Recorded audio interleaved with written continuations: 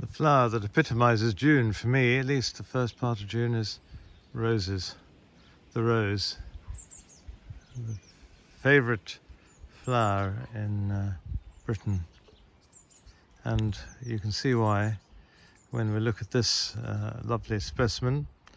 This is a rose called La France.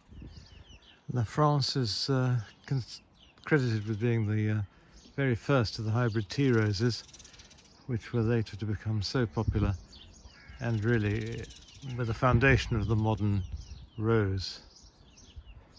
It was a chance seedling, I think, from a rose called Madame Falco and marketed by Monsieur Guillot in 1867. So it combines the robustness of the hybrid perpetual roses with the weaker but beautifully scented remontant, that is repeat flowering, of the tea rose. Of course, there's a bit of debate as to whether this was the actual first hybrid tea, but it really fell to Mr. Bennett, no relation of Jane Austen's, in about 1879, who had a breeding program in Wiltshire and managed to get 10 hybrid teas onto his catalogue, which were an immediate success. And by about 1920, the hybrid tea became the predominant modern rose. La France, I must say, starts off with a nice bud. It becomes rather looser in habit, and the flower is a bit looser in petal. But the scent is fabulous.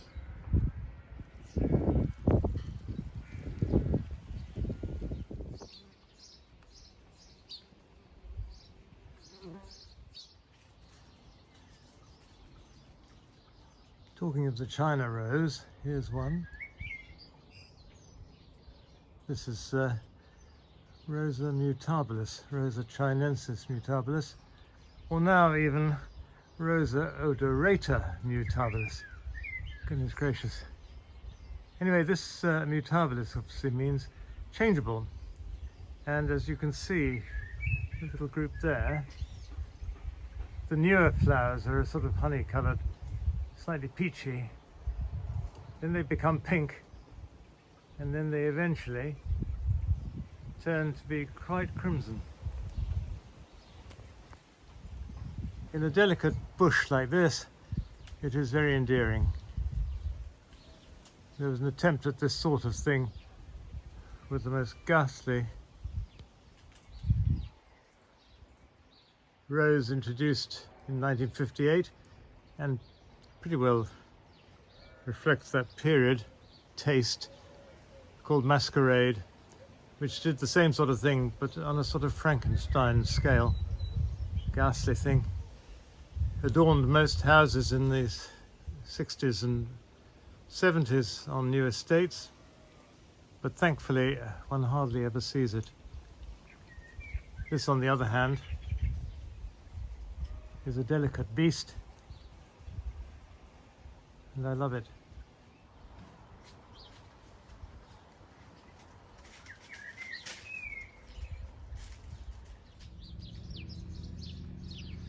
Overcome by scent from this white wisteria snow showers,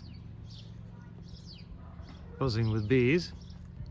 I just want to show you another of my favourite roses, Lady Hillingdon. Now, if you recall, perhaps you don't, but last year I discussed this, and Lady Hillingdon was reputed to have been the author of this well-known statement, "Shut your eyes and think of England," with other added crudities. But this rose was introduced in 1910, and I think it's lovely. It's slightly tender. It's got lovely new growth, beautiful bud, and a rather loose flower with a lovely scent. Let's just have a quicker look, a bit closer. Have a look at it a bit close up, and you can see the lovely red new growth.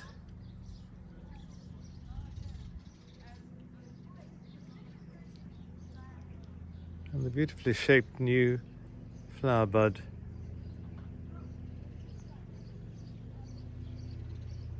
I'll just bring a flower around, and there it is, the opened flower.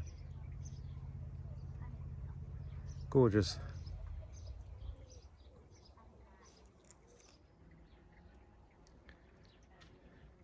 Now here is a fairly modern rose, hybrid tea, with very full flowers, called la Comtesse de Ségur.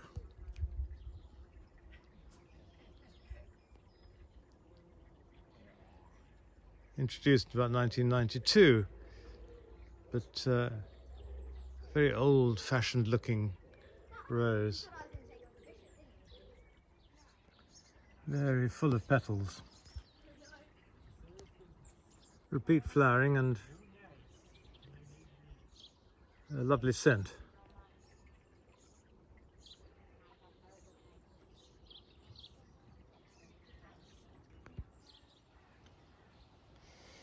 Looking superb. And flowering all the way up. A mass of flowers with these variegated leaves.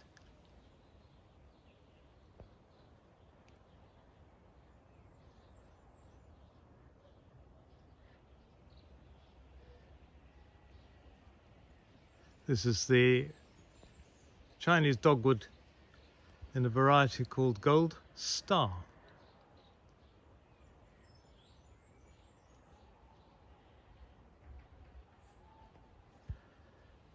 It does revert, so you've got to watch out for the green leaves, but it's pretty stunning. And in the autumn, all the different colours in the leaves turn different autumn colours, which is quite intriguing.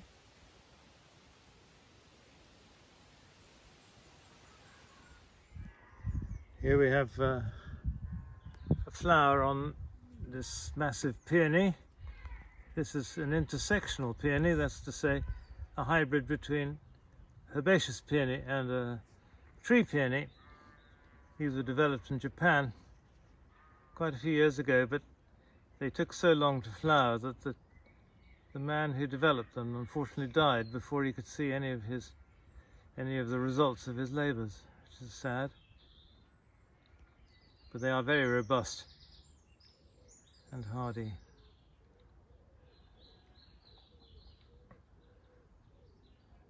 They're known as Ito hybrids.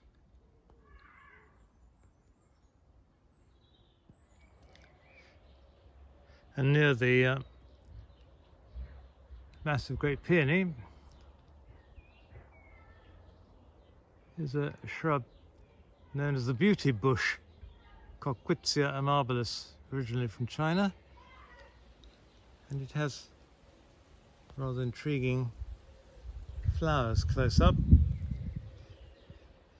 If I'd known how big it was going to get, I wouldn't have planted it here. I keep pruning it every year, but it would be nice to have it covering its full extent, really.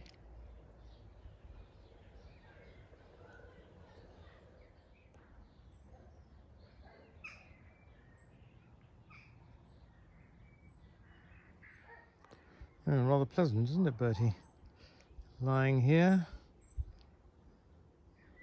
in the warmth. Anyway, you better get moving. I just want to show you this specimen, still quite young, of a form of the epaulette tree, Pterostyrax, absolutely covered in flowers. But this one is Pterostyrax psilophyllus, less well known, if either of the Pterostyraxes are well known, that is. But I'd like to show you a little more closely. And here we get to see not only the epaulettes, as it were, but these strangely incised leaves that are peculiar to this particular species.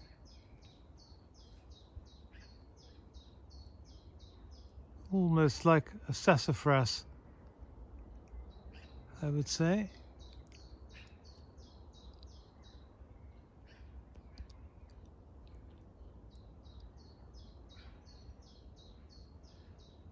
But it makes for quite a show in the flowers as well.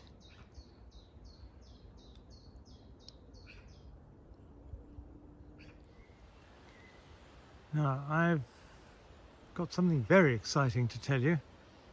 You may wonder why, but I'm referring to this Sorbus rowan tree, which is in flower for the first time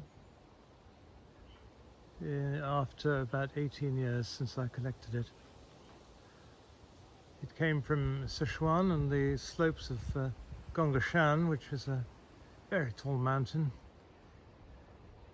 and I saw it across a gully rushing with the snow melt, and I thought I really had to have a look at this beautiful tree in the distance.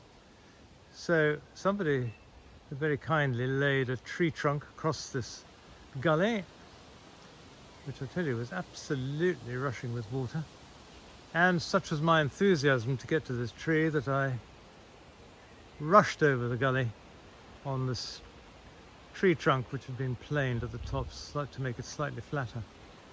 Anyway, here it was, and I came away with the specimen here, and it didn't have a name until Roy Lancaster came about 3 years ago, and he identified it as Sorbus helenae, named after Ernest Wilson's wife, Helen. It has rather large leaflets and rather undistinguished flowers, but I'm hoping these flowers will turn into glistening white berries. And what's more, the autumn colour is normally very good, and so you get these berries against the bright red leaves. It is a stunning tree, and I'm so pleased to have it here. Very unusual. There have only been 2 other collections of this, as far as I know, and both from Mount Omai in Sichuan again, but this is from a different location. I risked my life for this tree, rushing over that trunk, that tree trunk, and gushing water.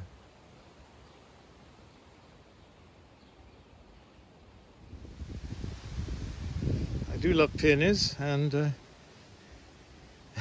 I like to see them poking out from the undergrowth, as well as being in rather formal beds, especially these single-flowered peonies.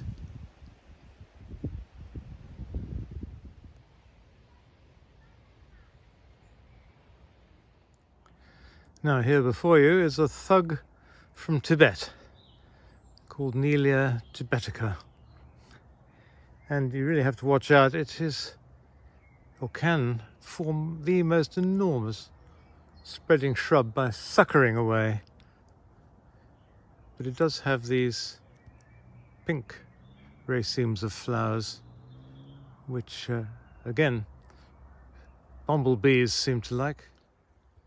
Here are the flowers at close up, and as I stand here I can hear bees humming.